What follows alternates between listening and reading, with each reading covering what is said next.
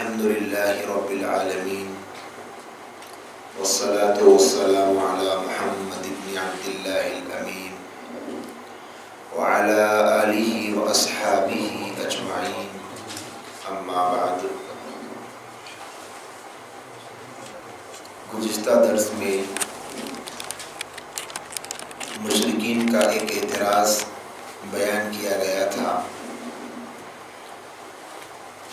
کہ وہ لوگ یہ کہا کرتے تھے قرآن مجید ایک ہی مرتبہ میں کیوں نازل نہیں کیا گیا.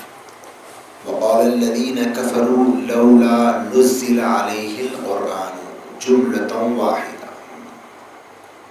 ایک ہی جملے میں نازل ہو جاتا تو بہت اچھا تھا، یعنی ایک ہی ساتھ پورا کا پورا قرآن اتار دیا جاتا تو بہت اچھا ہوتا. لیکن اللہ تبارک و تعالیٰ نے ایک ساتھ قرآن مجید کو نہیں اتارا. اس کی کیا وجہ ہے؟ خود اللہ تبارک و تعالیٰ نے قرآن مجید میں اس کی وجہ بیان فرمائی. كَذَلِكَ لِنُثَبِّتَ بِهِ فُؤَادَكَ وَرَتَّلْنَاهُ تَرْتِيلًا. دو وجہ بیان فرمائی.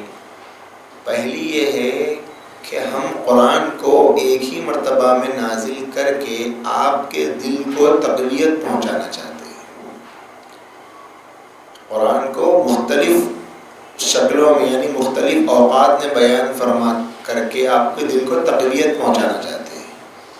ایک ہی مرتبہ کیوں نہیں اتارا، اس کی وجہ بتلا دی. نہ اتارنے کی وجہ یہ ہے کہ آپ کے دل کو تقویت پہنچا دیں.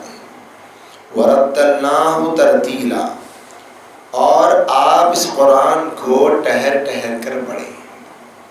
سننے والوں کو بھی فائدہ ہوگا اور آپ صلی اللہ علیہ وسلم بھی قرآن مجید کو محفوظ کرتے چلے جائیں. یہ اعتراض مشرکین مکہ اس زمانے میں کیا کرتے تھے، اور بھی بہت سارے لوگ اس اعتراض کو قرآن مجید کے ساتھ جوڑتے ہیں. عقل میں یہ بات نہیں آتی کہ قرآن کیوں اکٹھا نازل نہیں ہوا. جیسے توریت ہوئی، جیسے زبور ہوئی، جیسے انجیل ہوئی، قرآن کے نزول کی کیفیت الگ کیوں تھی؟ تو اللہ پاک نے اس کی وجہ بیان فرما دی تاکہ آپ صلی اللہ علیہ وسلم پر جب قرآن مجید کا نزول ہو تو اللہ کے نبی علیہ السلام کے دل کو تقویت پہنچے. کہ قرآن کا نزول ہوتا تھا، ہم نے نزول وحی کی کیفیتوں میں اس مضمون کو سن لیا کہ کیسے نبی علیہ السلام پر قرآن نزول نازل ہوتا تھا. آپ کے اوپر کیسی کیفیت طاری ہوتی تھی. پیشانی پر پسینہ آ جاتا، دانت کپانا شروع ہو جاتے، سخت سردی کے موسم میں پسینے میں شرابور ہو جاتے. اللہ کے نبی علیہ السلام پر ایک وزنی بھاری چیز کا اثر محسوس ہوتا. اگر قرآن مجید اکٹھا نازل کر دیا جاتا تو آپ غور کر کے دیکھیں کیسے قرآن مجید کا وزن نبی علیہ السلام پر پڑتا. قرآن کی ایک اور آیت سے بھی بات اچھی طرح سمجھ میں آ سکتی ہے کہ اللہ تبارک و تعالیٰ نے کیا فرمایا. اگر ہم اس قرآن کو پہاڑ پر اتارتے، اگر اس قرآن کو پہاڑ پر اتارتے، لَرَأَيْتَهُ خَاشِعًا مُتَصَدِّعًا مِّنْ خَشْيَةِ اللَّهِ، تو آپ تم دیکھتے کہ وہ پہاڑ اللہ کی خشیت سے ریزہ ریزہ ہو جاتا. یعنی پہاڑوں میں اس قرآن کو سنبھالنے کی طاقت نہیں ہے، پہاڑ میں وہ صلاحیت نہیں ہے کہ قرآن مجید کے وزن کو وہ برداشت کر سکے. اسی لیے حضرت موسیٰ علیہ السلام جب اللہ تبارک و تعالیٰ سے گفتگو کرنے کے لیے گئے تھے تو کیا ہوا؟ اللہ سے خواہش کی کہ اے اللہ میں آپ کو دیکھنا چاہتا ہوں. تو اللہ تبارک و تعالیٰ نے فرمایا لن ترانی، موسیٰ تم مجھے نہیں دیکھ سکتے. لیکن موسیٰ علیہ السلام اللہ سے بڑا ہی پیار بھرے لہجے میں بات کیا کرتے تھے۔ ایک حدیث میں اللہ کے نبی صلی اللہ علیہ وسلم نے فرمایا وہ موسیٰ تھے جو اللہ سے اس طریقے سے بات کر لیا کرتے تھے، کوئی اور ایسا نہیں ہے جو اللہ سے موسیٰ کی طرح بات کر لے۔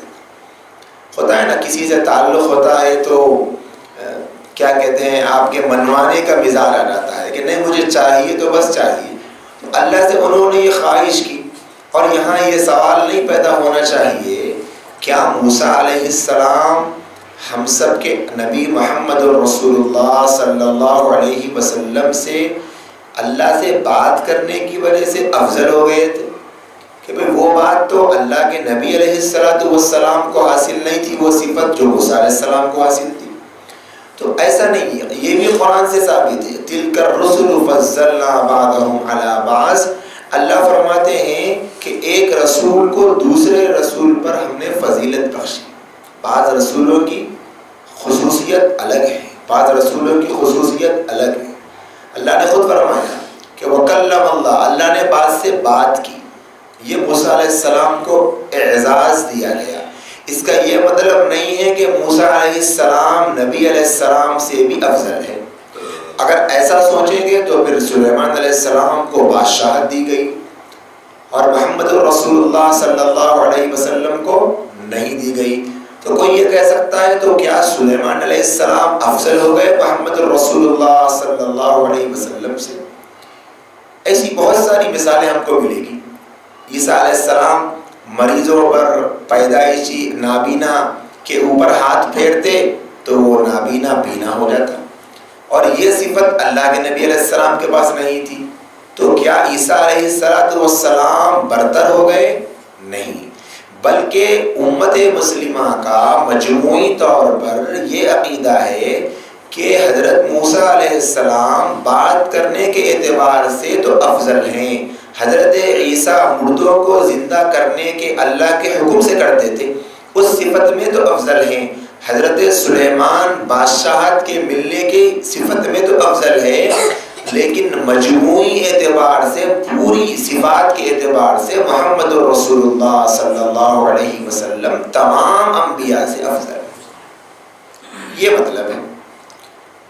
تو جب موسیٰ علیہ السلام بات کرنے کے لیے گئے، اللہ نے فرمایا لن ترانی، تم نے مجھے نہیں دیکھ سکتے۔ فرمایا نہیں یا اللہ مجھے دیکھنا ہے۔ اللہ نے کہا کہ ٹھیک ہے دیکھو، وَلَكِنِ انظُرْ إِلَى الْجَبَلِ، مجھے تو نہیں دیکھ سکتے، اگر تم دیکھنا ہی چاہتے ہو تو ایک کام کرو، پہلے اس پہاڑ کو دیکھو، اس پہاڑ کو دیکھو، اگر اس پہاڑ کو تم دیکھ پاؤ تو پھر میں اپنے آپ کو دکھاؤں۔ تو جب موسیٰ علیہ السلام نے پہاڑ کو دیکھا، اللہ نے پہاڑ پر تجلی ڈالی اپنی، تو پہاڑ ریزہ ریزہ ہو گیا۔ یعنی ایسا نور اللہ سبحانہ و تعالیٰ کی تجلی میں کہ اس نور کو موسیٰ علیہ السلام برداشت نہیں کر پائے۔ اب جب اٹھے تو اب کہاں آئے گا خیال اللہ کو دیکھنے کا، کیونکہ وہ جو بات ہوئی تھی کہ پہاڑ کو دیکھو گے تو میں اپنا دیدار کراؤں گا، پہاڑ کو نہیں دیکھ پائے۔ تو جب پہاڑ پر صرف تجلی پڑی تو پہاڑ ریزہ ریزہ ہو گیا۔ حضرت موسیٰ علیہ السلام بے ہوش ہو گئے، خود قرآن کہتا ہے کہ وہ بے ہوش ہو کر گر گئے۔ اب آپ غور کریں کہ قرآن مجید جو نور ہے، اللہ تبارک و تعالیٰ کی ایک صفت تجلی، ایسے ہی قرآن مجید بھی اللہ کی صفت ہے، اللہ کا کلام ہے، اللہ کی گویا گفتگو ہے قرآن۔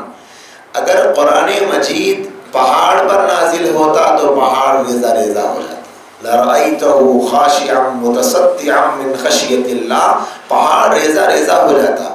معلوم ہوا کہ پہاڑ پر تجلی پڑے تو موسیٰ علیہ السلام اس کو برداشت نہیں کر پائے، اور اگر پہاڑ پر قرآن نازل ہوتا تو پہاڑ بھی برداشت نہیں کر پاتا، کیونکہ تجلی بھی اللہ کی صفت تھی، قرآن بھی اللہ کی صفت ہے۔ وہ قلب محمد مصطفیٰ صلی اللہ علیہ وسلم ہی تھا جس نے اللہ کے قرآن کو اپنے سینے پر قبول کر لیا۔ اعزاز ہے یا نہیں ہے ہمارے نبی کا؟ اللہ کا فرماتے ہیں تنزیل من رب العالمین علی قلبک لتکون من المنذرین، کہ رب العالمین کی طرف سے یہ کلام جتنا ہے وہ نازل کیا ہوا ہے آپ کے قلب اطہر میں، آپ کے دل مبارک پر یہ قرآن مجید کا نزول ہوا ہے۔ تو اب ہم اندازہ لگائیں کہ نبی علیہ السلام کا مقام کتنا اونچا ہے کہ وہ قرآن جو کوئی قبول نہیں کر سکتا تھا، جس کا وزن، جس کا اثر کلام الہی کی طاقت جو تھی، لیکن اللہ نے اپنے محبوب نبی علیہ السلام کے قلب مبارک کو چنا اپنے قرآن کے نزول کے لیے۔ افضلیت ہوئی یا نہیں ہوئی؟ اگر اللہ چاہتے تو جبرائیل امین کے ذریعے سے قرآن بھیج سکتے تھے، لیکن اللہ نے نہیں بھیجا ہے۔ تو یہ ایک فضیلت معلوم ہوتی ہے نبی علیہ السلام کی۔ تو نزول قرآن کو اللہ نے جو وقتاً فوقتاً یعنی تدریج کی شکل میں اتارا ہے، ایک وجہ اس کی یہ ہے، اس لیے اتارا کہ اگر پورا قرآن اکٹھا اتار دیتے تو نبی علیہ السلام کا قلب مبارک برداشت کیسے کر پاتا کہ ایک آیت کا یہ اثر ہوتا، ایک حروف کا یعنی ایک جملے کا یہ اثر ہوتا۔ ہم نے سنا ہے آپ علیہ السلام بے چین ہو جاتے، تو کیا اللہ اپنے محبوب کو اکٹھا پورا کا پورا قرآن اتار کر بے چینی بڑھا دیتا؟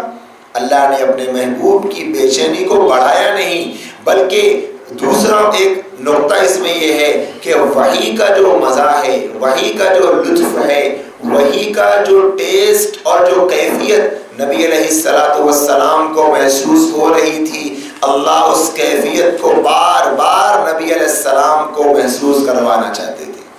جیسے ہم نے سنا کہ جب اللہ کے نبی علیہ السلام پر وحی کا نزول پہلی مرتبہ ہوا، پھر 3 سال تک وحی رک گئی، اس کو زمانہ فترت کہتے ہیں، تو نبی علیہ السلام پر ایک عجیب و غریب بے چینی طاری ہو جاتی، آپ کا دل عجیب و غریب خیالات کا شکار ہو جاتا، اور آپ کو یہ بے چینی ستاتی کہ وہ جو فرشتہ آیا تھا وہ کیوں نہیں آتا، وہ جو پیغام لایا تھا وہ کیوں نہیں لاتا، وہ آنا چاہیے پھر سے۔ اللہ کے نبی علیہ السلام شوق میں بے چین ہو رہے تھے، تو اللہ تبارک و تعالی نبی علیہ السلام کے اس شوق کو اتنا پورا کیے ہیں کہ 23 سال تک اس سلسلے کو جاری رکھا ہے، اور جب تک نبی علیہ السلام بقید حیات رہیں اللہ نے وحی کے مزے اور وحی کی لذت نبی علیہ السلام کو محسوس کرواتے رہے۔ نبی علیہ السلام کو کتنا سکون ملتا تھا جب وحی آ جاتی تو نبی علیہ السلام بالکل خوش ہوتے، کیوں؟ اللہ کا میسج ہوتا ہے۔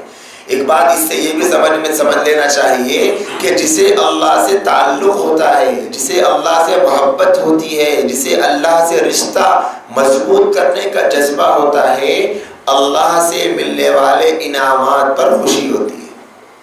ورنہ کتنے لوگ ایسے ہیں کہ جن کو خوشی نہیں ہوتی، کیوں؟ اللہ کی سے محبت نہیں ہے، تو اللہ کی نعمت ملتی ہے تب خوشی نہیں ہوتی، اللہ کی طرف سے کوئی میسج آنے کا انتظار نہیں ہوتا۔ یہی وجہ ہے کہ لوگ دعا کرتے ہیں اور امید نہیں لگاتے، ہاں بھائی دعا تو کر دی، پتہ نہیں قبول ہوگی یا نہیں ہوگی۔ نبی علیہ السلام کو اللہ سے اتنی محبت تھی کہ آپ ہمیشہ انتظار میں ہوتے تھے۔ بعض روایات سے یہ بھی ثابت ہے کہ آپ آسمان کو دیکھتے رہتے، جیسے گزشتہ مجلسوں میں آپ نے سنا قد نرى تقلب وجهك في السماء، کہ اللہ کے نبی کو اللہ فرماتے ہیں اے نبی ہم دیکھتے ہیں کہ آپ اپنے چہرے کو آسمان کی طرف بار بار اٹھا رہے ہیں۔ کیوں اٹھا رہے ہیں؟ اس لیے کہ اللہ کے نبی چاہتے تھے کہ مسجد اقصی بیت المقدس جو پہلے قبلہ تھا، قبلہ بدلا گیا، پہلے کعبۃ اللہ تھا، پہلے مسجد اقصی تھا، پھر کعبے کی طرف رخ کیا گیا، پھر مسجد اقصی کی طرف رخ کیا گیا، پھر کعبے کی طرف رخ کر کے نماز پڑھا گیا۔ تو اللہ کے نبی علیہ السلام بار بار آسمان کی طرف دیکھتے تھے، آپ کی یہ چاہت تھی کہ قبلے کا رخ بدل دیا جائے۔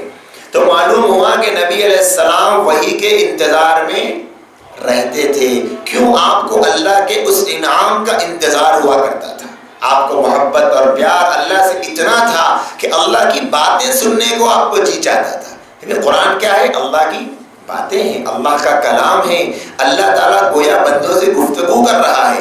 اس لیے علماء نے لکھا ہے کہ جب اللہ یا ایھا الذین آمنو کے ذریعے سے خطاب فرماتے ہیں، گویا جیسے ہم کسی کو بات کرنا ہو تو توجہ دیتے ہیں، توجہ دینے کے لیے کیا کرتے ہیں؟ ہمارے پاس جو طریقے ہیں، کبھی کوئی کاندھا پکڑ لیتا ہے، کبھی ہاتھ پکڑ لیتا ہے، کوئی خاص بات اگر سمجھانی ہو تو کاندھا پکڑ کے سمجھاتے ہیں کہ بھائی سنو تو صحیح میں کیا کہنا چاہتا ہوں۔ تو علماء نے فرمایا جب اللہ یا ایھا الذین آمنو فرماتے ہیں تو گویا اللہ ایمان والے کو جھنجھوڑ رہے ہیں، اے ایمان والے سن تو صحیح میں تجھے کیا کہنا چاہتا ہوں. تو قرآن میں جتنے ایسے احکام ہیں جہاں یا ایھا الذین آمنوا سے خطاب کرتے ہیں اللہ، اس کا مطلب یہ ہے کہ گویا اللہ اپنے بندے سے مخاطب ہے، خاص اسپیشل. یوں سمجھے کہ اگر اب دنیا میں 1 کھرب مسلمان ہے فرض کر لیجیے، تو گویا جب قرآن کی یا ایھا الذین آمنوا کی آیت کوئی بندہ پڑھے گا، کوئی بندی پڑھے گی، تو اس کا مطلب یہ ہے کہ 1 کھرب مسلمان مردوں اور عورتوں سے اللہ سپریٹلی بات کر رہے ہیں. یہ کہنا چاہتے ہیں کہ تم سنو اے ایمان والوں، میں تم سے کہتا ہوں، میں تم سے کہتا ہوں، میں تم سے کہتا ہوں، میں تم سے کہتا ہوں، اے میری بندی میں تجھ سے کہتا ہوں، میں تجھ سے کہتا ہوں. گویا یہ مطلب ہے اس کا یا ایھا الذین آمنوا. اللہ کو کیا ضرورت کہ اسپیشلی ایمان والوں کا تذکرہ کرے؟ جیسے قرآن میں یا ایھا الناس پوری انسانیت کے لیے بہت ساری باتیں اللہ نے فرمائی، ایسے ہی کہہ دیتے تو کافی تھا. لیکن قرآن کا 2 حصے آپ کر سکتے ہیں. ایک میں ان لوگوں کو خطاب ہے جو پوری انسانیت، اس میں مسلمان بھی ہے، کافر بھی ہے، مشرک بھی ہے، بت پرست بھی ہیں، اللہ کو ماننے والے بھی ہیں، اللہ کا انکار کرنے والے بھی ہیں، اللہ کو مان کر نبی کا انکار کرنے والے بھی ہیں، سب آ گئے. اور ایک طبقہ وہ ہے جو صرف ایمان والوں کا ہے. تو اللہ کا پورا خطاب ایمان والوں سے ہوتا ہے. تو معلوم ہوا یہ اللہ کا کلام ہے اور گویا اللہ بات کر رہا ہے اپنے بندے سے. اسی لیے حضرت علی رضی اللہ تعالیٰ عنہ کا ایک مقولہ مشہور ہے، وہ فرمایا کرتے تھے جب میرا دل یہ چاہتا ہے کہ میں اللہ سے بات کروں تو میں نماز پڑھتا ہوں، اور جب میرا دل یہ چاہتا ہے کہ میرا اللہ مجھ سے بات کرے تو میں قرآن پڑھتا ہوں. بھائی قرآن پڑھوں گا تو گویا میرا اللہ مجھ سے مخاطب ہے، میرا اللہ مجھ سے بات کر رہا ہے. تو یہ تصور کے ساتھ وہ قرآن پڑھا کرتے تھے. تب انہیں قرآن کی اہمیت سمجھ میں آتی، قرآن کا مقام سمجھ میں آتا، قرآن کا مرتبہ سمجھ میں آتا. قرآن سے عشق کے حد تک انہیں محبت تھی، عشق کے حد تک لگا ہوتا. قرآن کے بارے میں اگر ہم یہ کہہ دیں کہ وہ قرآن کے دیوانے بن چکے تھے تو کوئی مبالغہ نہیں ہوگا. جیسے میں مثال دوں تو بات اچھی طرح سمجھ میں آتی ہے. جیسے آج ہر کوئی واٹس ایپ کا دیوانہ بنا ہوا ہے، اس طریقے سے اگر وہ قرآن کے دیوانے تھے کہا جائے تو یہ بھی مثال پھیکی ہے صحابہ کے قرآن سے تعلق کے سامنے. یہ مثال حقیقت کو آشکارا نہیں کر سکتی. یعنی صحابہ کا جو رشتہ تھا قرآن سے، اسے ہائی لائٹ کرنے میں یہ مثال بھی انکمپلیٹ اور ناکافی ہے. اتنا تعلق قرآن سے حضرات صحابہ کو. یہی وجہ تھی کہ قرآن مجید میں ان سے متعلق اتنے مسائل ہیں کہ صحابہ نے قرآن کا بہت بڑا حصہ نبی سے پوچھ کر اللہ سے منگوایا ہے. اب آگے سنیں گے شان نزول کے موقع پر کتنی ایسی آیتیں ہیں جو صحابہ کرام اللہ کے نبی کے دربار میں جا کر عرض کرتے تھے یا رسول اللہ آپ شراب کے بارے میں کیا حکم دیتے ہیں، جوے کے بارے میں کیا حکم دیتے ہیں، صدقے کے بارے میں کیا حکم دیتے ہیں، عورتوں سے نکاح کے بارے میں کیا حکم دیتے ہیں، میراث کا کیا حکم دیتے ہیں، عورتوں کی پاکی ناپاکی کے مسائل میں کیا حکم دیتے ہیں. تو اللہ کے نبی علیہ السلام کے جب سوال آتا تو اللہ تبارک و تعالیٰ اپنے نبی کی طرف سے جواب دیتے کہ اے میرے نبی یہ تمہارے صحابہ کا سوال پہنچا دو، یہ سوال پہنچا دو، یہ سوال پہنچا دو، یہ سوال پہنچا دو. اسی طرح قرآن میں اللہ نے ایک سوال یوں بھی بیان فرمایا کہ اے میرے نبی یہ میرے صحابہ میرے بارے میں پوچھتے ہیں. کس کے بارے میں؟ بولو نا بھائی، اللہ کے بارے میں. یعنی میرے بارے میں پوچھتے ہیں کہ میری ذات کے بارے میں. تو تم کہہ دو کہ تمہارا رب جو وہ ہے جو انتہائی رحم کرنے والا، بخشنے والا، اپنے بندوں پر مہربان، ایسی صفات کا تذکرہ اللہ نے قرآن مجید میں فرمایا. یہ تو قرآن اللہ کا کلام ہے. تو جب یہ کلام نبی علیہ السلام پہ نازل ہوتا تھا تو اللہ کے نبی کا قلب ہی تھا جو اس کو قبول کرتا تھا. اللہ نے آپ کے قلب کو ایک خصوصیت عطا فرمائی تھی، اللہ کی طرف سے یہ عطا تھی نبی صلی اللہ علیہ وسلم کو. تو قرآن مجید کے تدریجاً یعنی آہستہ آہستہ نازل ہونے کی جو وجوہات ہیں ان میں سے 2 میں نے آپ کے سامنے رکھی ہیں. اور امام رازی رحمۃ اللہ علیہ نے جو بہت بڑے امام تفسیر گزرے ہیں، ان کی بہت مشہور تفسیر ہے قرآن مجید کی، اور علماء کا مرجع کہلائے جاتے ہیں. تفسیر میں ان کا بہت بڑا مقام ہے اور تفسیر میں ان کو علماء بہت زیادہ ایتھنٹک مانتے ہیں. تو انہوں نے 4 اسباب نقل فرمائے ہیں نزول قرآن کے دھیرے دھیرے ہونے پر. سب سے پہلا سبب، آپ صلی اللہ علیہ وسلم امی تھے، لکھتے پڑھتے نہیں تھے. اس لیے اگر سارا قرآن ایک مرتبہ ہی نازل ہو جاتا، 6666 آیات، 114 سورے اور 20 پارے جو آج ہماری سامنے ہیں، اگر ہو جاتا تو نبی علیہ السلام کو وہ لکھنا، یاد کرنا، محفوظ رکھنا مشکل ہو جاتا. فطری اعتبار سے کہہ رہا ہوں.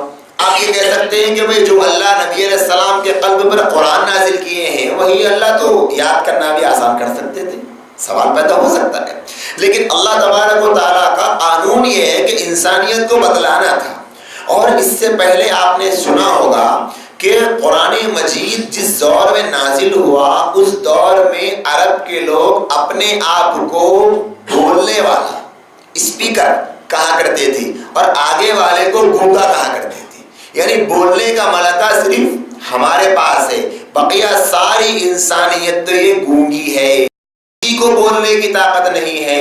اپنے اشعار کو لکھتے اور لکھ کر انہیں کعبے کے اوپر آویزاں کر دیتے اور دعویٰ کرتے تھے کون ہے جو اس سے اچھا شعر لکھ کے بتائے، کون ہے جو اس سے اچھا قصیدہ لکھ کر بتائے. کسی کے یہاں مجال نہ ہوتی تو ان کے یہاں مقابلہ، کمپٹیشن ان چیزوں میں ہوتا تھا کہ ہمارے اشعار کا، ہمارے الفاظ کا، ہماری عربی کا کوئی مقابلہ نہیں کر سکتا. ایسے دور میں اللہ تبارک و تعالیٰ نے ایسا قرآن نبی علیہ السلام کو دیا. جب نبی علیہ السلام قرآن لے کر آئے اور آپ نے سنایا تو عرب کے لوگوں کے ہوش اڑ گئے. یہ کیسا کلام ہے، انہیں تو پتہ نہیں کہ قرآن ہے، یہ کیسی عربی ہے، یہ کیسے اشعار ہے، یہ کیسی گفتگو ہے کہ ہمارے ہر کلام کو یہ ٹکر دیتا جا رہا ہے، ہمارے ہر کلام کو یہ بیکار قرار دے رہا ہے. ان کے جو دعوے تھے کہ ہمارے کلام کے سامنے کوئی کلام نہیں پیش کر سکتا، تو اب محمد عربی صلی اللہ علیہ وسلم کا لایا ہوا کلام ان تمام کلاموں پر حاوی ہو چکا تھا. جیسے موسیٰ علیہ السلام کا واقعہ ہمیں یاد ہے کہ جب موسیٰ علیہ السلام نبی بنا کر بھیجے گئے تو فرعون کے دربار میں جادوگروں کا بہت بڑا مجمع تھا، جادوگر آ گئے. اب مقابلہ اس زمانے میں جادو کا دور تھا، مقابلہ جادو کا تھا. اللہ نے موسیٰ علیہ السلام کو یہ معجزہ عطا فرمایا کہ وہ اپنے عصا کو زمین پر پھینک دیتے تو وہ اژدہا بن جاتا. اور صرف پھینکتے تو اژدہا نہیں بنتا، اللہ کے حکم سے پھینکتے تو اژدہا بنتا، اللہ کے حکم کے بغیر پھینکتے تو اژدہا نہیں بنتا. تو معلوم ہوا کہ اژدہا بننا اس لکڑی کی اور عصا کی خاصیت نہیں، اللہ کے حکم کا محتاج تھا وہ عصا. جب اللہ کا حکم ہوتا تو عصا اژدہا بن جاتا. موسیٰ علیہ السلام نے عصا پھینکا، اللہ نے حکم دیا. پہلے ان جادوگروں نے اپنا کرتب دکھایا، وہ تو آنکھوں کا دھوکا تھا، مسمرزم جس کو کہتے ہیں، آنکھوں کا دھوکا تھا، کچھ نہیں تھا. اور موسیٰ علیہ السلام کو نظر آ رہا تھا کہ وہ کچھ نہیں ہے. اللہ نے ان کے اوپر حقیقتیں کھول دی اور جادوگروں کو پتا تھا کہ یہ اژدہے نہیں بس آنکھوں کا دھوکا ہے. لوگ دیکھ کر اژدہا سمجھ رہے ہیں، ان کی آنکھوں کو اژدہے دکھ رہے ہیں لیکن اژدہے ہے نہیں. اللہ تبارک و تعالیٰ نے حضرت موسیٰ کو حکم دیا. جب موسیٰ علیہ السلام کے سامنے جادوگروں نے اژدہے ڈال دیے ان کے مطابق، اور لوگوں کو تو اژدہے نظر آ رہے تھے، اللہ نے حکم دیا کہ اے موسیٰ تم اپنا عصا پھینکو. موسیٰ علیہ السلام کو نہیں پتا، انہیں نہیں پتا کہ یہ اژدہا بنے گا، وہ تو جانتے بھی نہیں. اللہ نے فرمایا پھینکو. یہ سوچیں کہ کیا ہوگا لکڑی کے پھینکنے سے، وہ اژدہے کو کیا کر پائے گی یہ لکڑی. لیکن جیسے ہی ان لوگوں نے دیکھا کہ وہ عصا زمین پر گرا، ایک بہت بڑا اژدہا بنا اور منہ کھول کر اپنا سارے اژدہوں کو کھا گیا. ان تمام جادوگروں کے سامنے یہ حقیقت کھل گئی کہ یہ سارے کے سارے اژدہے جو ہم نے بنائے تھے یہ آنکھوں کا دھوکا تھا. لیکن جو اس بندے نے اژدہا بنایا یہ آنکھوں کا دھوکا نہیں ہے، یہ اس کا بھی کمال نہیں ہے، کوئی طاقت ہے جو اس کے پیچھے کار فرما ہے. اسی وقت تمام جادوگروں نے حضرت موسیٰ پر ایمان لایا اور فرعون کے باغی بن گئے. فرعون نے ان کو یہ سزا دی کہ اس اس جانب کا ہاتھ کاٹتا، اس جانب کا پیر کاٹتا، مخالف سمت میں ہاتھ پیر کاٹ کر ان کو اتنی سزا دی، لیکن کوئی اپنے ایمان سے نہیں پھرا، چونکہ انہوں نے حضرت موسیٰ کا معجزہ دیکھا اور انہیں یقین آ گیا تھا کہ یہ موسیٰ کا کمال نہیں ہے، یہ ان کے خالق کا کمال ہے۔ تو جیسے موسیٰ علیہ السلام کے اژدہے نے جادوگروں کے اژدہے پر قابو پا لیا تھا، جب محمد عربی صلی اللہ علیہ وسلم کا قرآن آیا تو تمام زمینی کتابوں پر وہ حاوی آ گیا، تمام کلاموں پر وہ حاوی آ گیا۔ جیسے موسیٰ علیہ السلام کا معجزہ تمام لوگوں کے لیے حیران کن تھا، محمد عربی صلی اللہ علیہ وسلم کا معجزہ تمام انسانیت کے لیے حیران کن تھا۔ وہ اس کے پیچھے پڑے تھے کہ کیسے ہم اس معجزے کو کمزور کریں، کیسے اس کلام میں نقص نکالیں، ہم اس سے اچھا کلام بنائیں۔ کئی لوگ ایسے ہیں، قرآن میں ہم اگر آیات پڑھیں گے وَإِن كُنتُمْ فِي رَيْبٍ مِّمَّا نَزَّلْنَا عَلَىٰ عَبْدِنَا، اگر تمہیں شک ہو کہ ہمارے بندے پر قرآن مجید نازل ہم نے نہیں کیا تو کیا کرو، فَأْتُوا بِسُورَةٍ مِّن مِّثْلِهِ، اس قرآن کی صورتوں جیسی ایک صورت لے کر آؤ۔ اگر تم کہتے ہو کہ نا دعویٰ ہو کہ ہماری طرف سے نہیں، ایک صورت لے کر آؤ، کوئی نہیں لا سکا۔ تو یہ قرآن کا اعجاز تھا۔ جیسے موسیٰ علیہ السلام کے سامنے جادوگر ہار گئے اور ان لوگوں نے ایمان قبول کیا، لیکن فرعون ایمان نہیں لایا، وہ باغی بن چکا، اس کا کفر اور بڑھ گیا۔ وہ یہ کہنا شروع کر چکا تھا کہ موسیٰ تو ان جادوگروں سے بڑا جادوگر نکلے، ارے انہوں نے کیا کر دیا، تمہارے اوپر جادو کر دیا کہ تم لوگ ان کی بات کو ماننا شروع کر چکے ہو۔ اسی طریقے سے مکہ المکرمہ میں بھی نبی علیہ السلام کے مخالفین کا آغاز ہو گیا۔ جب آپ قرآن مجید لے کر آئے تو وہ پھڑ پھڑا رہے تھے، ان کے پاس کوئی ایسا ایشو نہیں تھا کہ وہ نبی علیہ السلام کے بارے میں کہہ سکتے۔ جیسے اگر نبی علیہ السلام پہلے سے پڑھے لکھے ہوتے، 40 سال آپ ان کے درمیان میں زندگی گزارے ہیں، اگر نبی صلی اللہ علیہ وسلم پڑھنا لکھنا جانتے تو ان کے پاس ایک ایشو یہ تھا کہ ہاں بھائی انہوں نے تو پڑھنا لکھنا بہت سیکھا ہے، ہو سکتا ہے اپنے پڑھائی میں سے کچھ لکھ کر لائے ہو۔ بہت بڑا اعتراض تھا نبی علیہ السلام کی ذات پر۔ میں یہ بھی آپ کے سامنے کہہ دوں کہ امی کا مطلب ان پڑھ ہونا یا پڑھنا لکھنا نہ آنا، یہ عیب ہے پوری انسانیت کے حق میں۔ جب کسی انسان کے بارے میں یہ کہا جائے کہ آپ ان پڑھ ہو، پڑھے لکھے نہیں ہو، تو پوری انسانیت کے حق میں یہ عیب ہے، اور اللہ نے اسی عیب کو نبی صلی اللہ علیہ وسلم کے حق میں آپ کی شان بنا ڈالا۔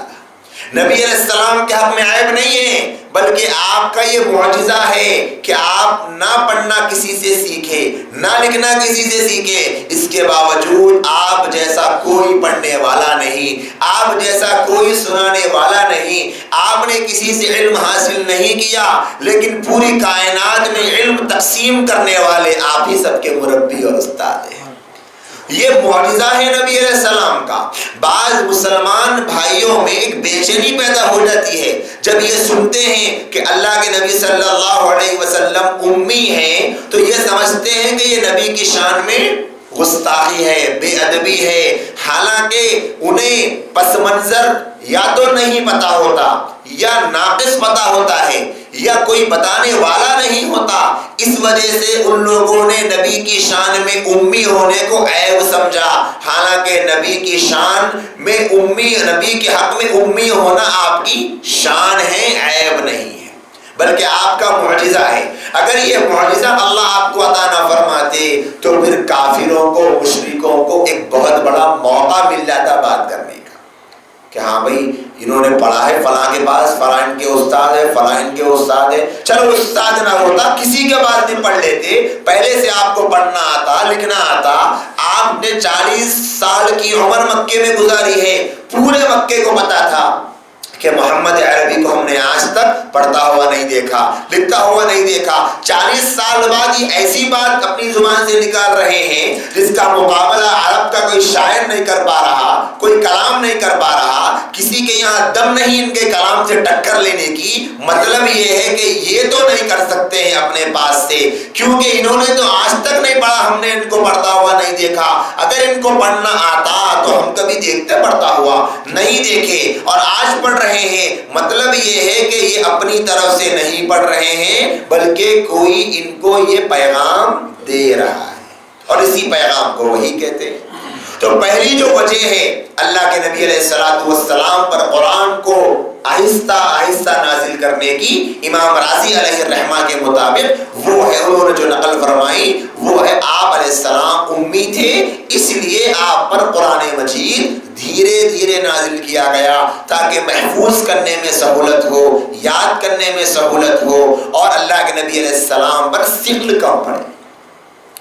دوسری وجہ جو اللہ کے نبی علیہ السلام پر نزول قرآن میں تدریج کی امام رازی علیہ الرحمہ نے نقل فرمائی، وہ یہ ہے کہ اللہ کے نبی علیہ السلام پر جو دین نازل کیا گیا وہ قیامت تک آنے والی انسانیت کے لیے ہدایت کا سامان ہے۔ تو قرآن مجید میں جو احکام نازل ہوئے ہیں، مکہ المکرمہ میں کوئی حکم نازل نہیں ہوا۔ مکہ المکرمہ میں صرف توحید، صرف رسالت اور آخرت پر ایمان، یہ تین چیزیں تھیں۔ اللہ پر ایمان، توحید، نبیوں پر ایمان، رسالت، آخرت پر ایمان، یعنی مرنے کے بعد کی زندگی کے جو حقائق ہیں وہ ہمارے سامنے آ چکے۔ تین ہی مضامین پر قرآن مجید کا نزول ہوا تھا مکی زندگی میں۔ مکی زندگی میں مقابلہ تھا شرک سے، کفر سے اور بت پرستی سے، اور اسی طرح توحید کی مخالفت سے، نبیوں کے انکار کرنے سے، اور آخرت کے اس بات پر، جہنم اور جنت کے ثبوت پر یہ قرآن کا موضوع تھا۔ کوئی حکم مکے میں نازل نہیں ہوا۔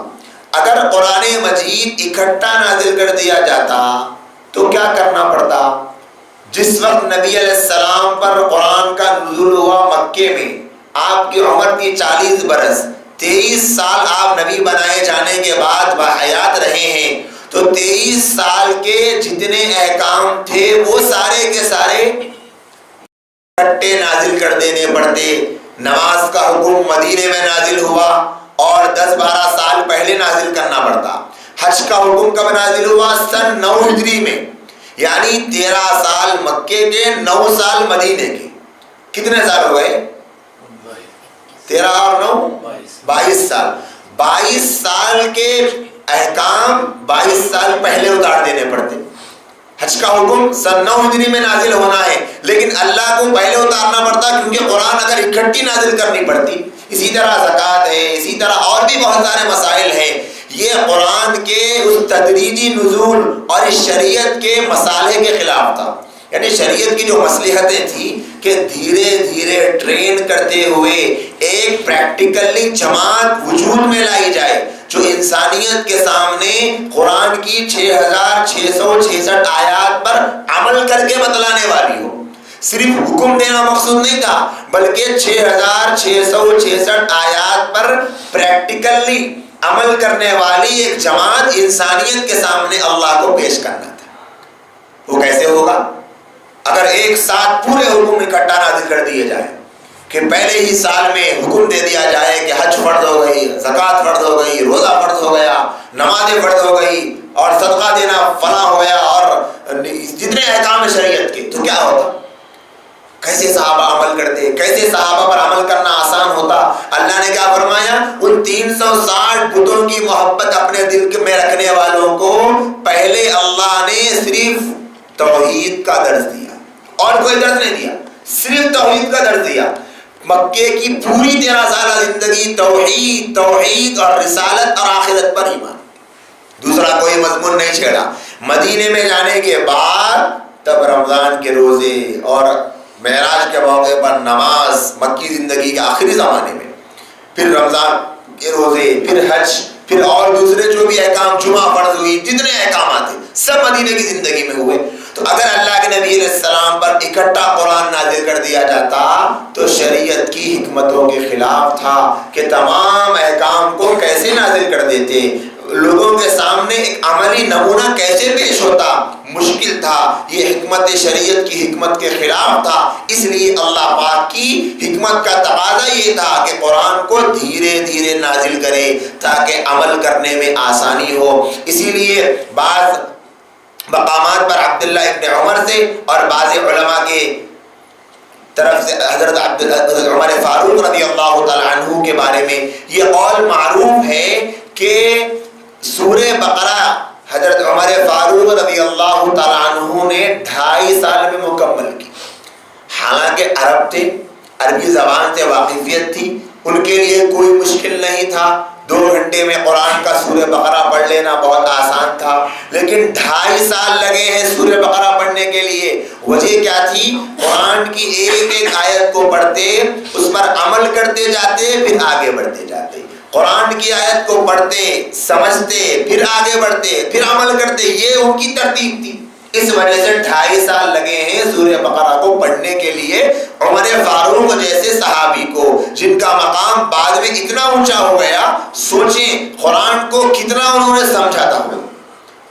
تو یہ وجہ تھی. قرآن مجید اگر اکٹھا نازل ہو جاتا تو قرآن پر عمل کرنے کے لیے صحابہ کو کتنی دشواریاں آ سکتی تھی ہم جانتے ہیں, ہم تصور کر سکتے ہیں. اس وجہ سے قرآن مجید کا نزول تدریجاً کیا گیا.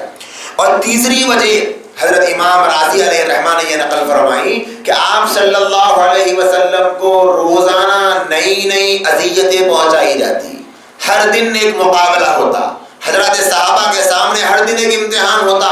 ان کے سامنے کوئی دن ایسا نہیں گزرا مکے میں کہ جب ان کے سامنے کوئی نئی آزمائش نہ آئی ہو, کوئی نئی مصیبت نہ آئی ہو, کوئی نئی پریشانی نہ آئی ہو.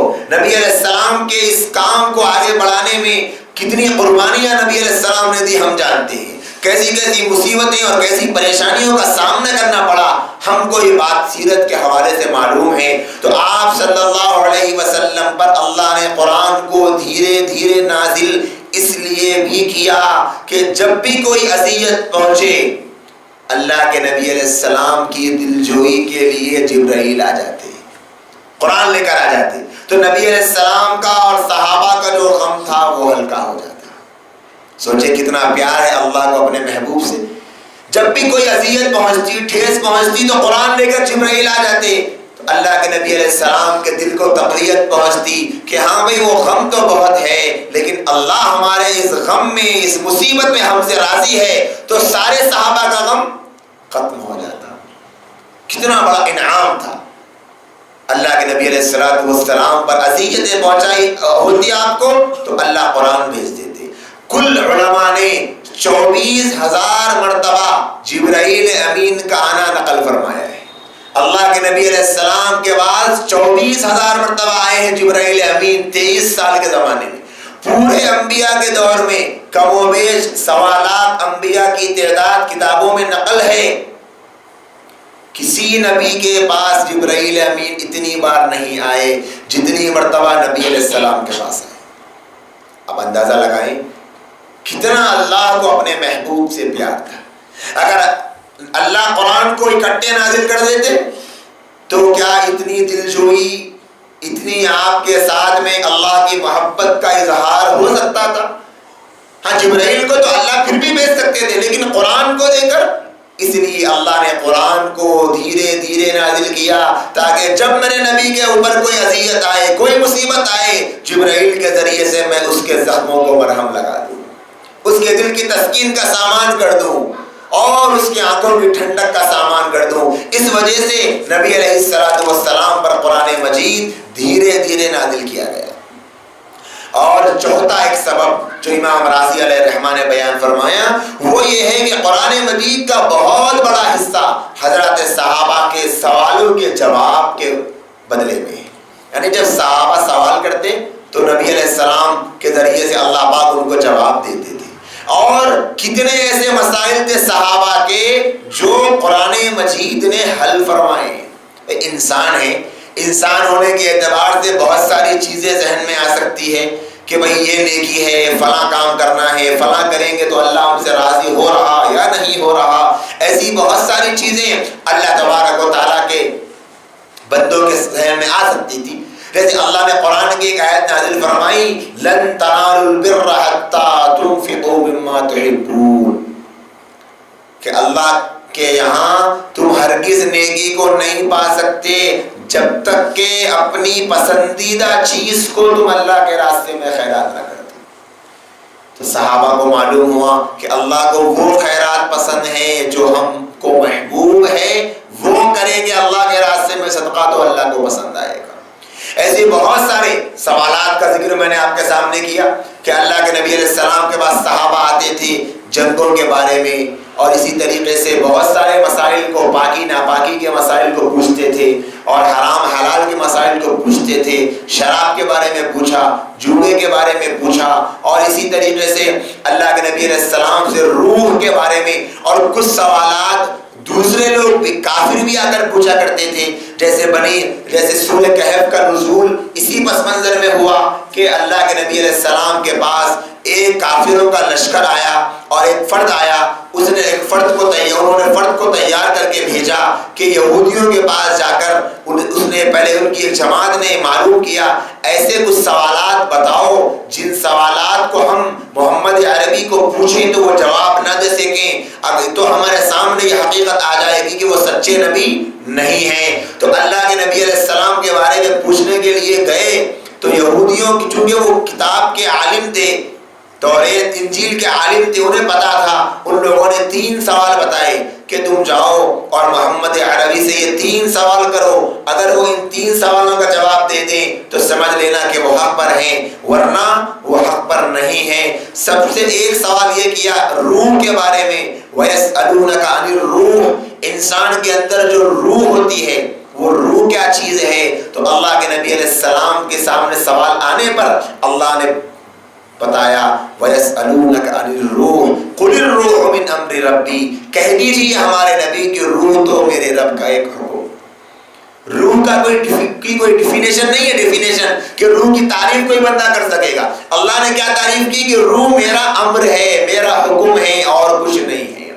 ایک سوال کیا تھا ان لوگوں کے بارے میں جو غار میں جا کر چھپ گئے تھے، 300-350 سال تک غار میں چھپے رہے اور اس کے بعد اللہ نے انہیں زندہ کیا، ان لوگوں کے بارے میں بتائیں تو اللہ نے کہف والوں کے بارے میں فرمایا اصحاب الکہف، جو اصحاب الرقیم کا نام سے قرآن اس کا ذکر کرتا ہے، وہ پورا کا پورا واقعہ اللہ کے نبی علیہ السلام کو اللہ پاک نے سنایا۔ اللہ کے نبی علیہ السلام نے ان آنے والے مشرکوں کو جواب دیا، اور اسی طریقے سے ایک تیسرا سوال بھی یہ کیا تھا، بنی سورہ کہف میں موجود ہے وہ سوال موسیٰ علیہ السلام اور خضر علیہ السلام کے ساتھ جو واقعہ بیان کیا گیا، اس کے بعد میں ذوالقرنین کا تذکرہ ہے۔ تو تیسرا سوال یہ تھا ایسے بادشاہ کا ذکر کیجئے اور نام بتلائیے جس کو اللہ نے مشرق و مغرب پر حکومت دی تھی، تو اللہ نے وحی کے ذریعے سے علم عطا فرمایا کہ وہ ذوالقرنین۔ تو ایسے کبھی مشرکین سوال کرتے، کبھی مسلمان سوال کرتے، مختلف سوالات کا جواب قرآن مجید میں موجود۔ تو پھر کیا ہوتا اگر قرآن اکٹھے نازل ہو جاتا اور آ کر کوئی سوال کرتے تو کیا جواب دیا جاتا؟ تو اللہ کے نبی علیہ السلام اور صحابہ پر ان غیبی نزول کی وجہ سے ان کو ہمت ملتی کہ ہاں بھائی ہم ایمان پر ہے، حق پر ہے، دلیل یہ ہے ہمارے ساتھ اللہ کی نصرت اور مدد ہے، قرآن نازل ہوا کرتا ہے۔ تو یہ حضرات صحابہ کے سامنے تصور ہوتا۔ اس وجہ سے قرآن مجید کو مختلف شیخوں میں یا پھر تدریجاً مختلف حصوں میں ٹکڑے کر کے اللہ کے نبی علیہ السلام پر اللہ تبارک و تعالیٰ نے نازل فرمایا ہے۔ یہ تفصیل تھی قرآن مجید کو تدریجاً نازل کرنے کی۔ میں تو امتی ہوں اے شاہ امم، کر دے میرے آقا اب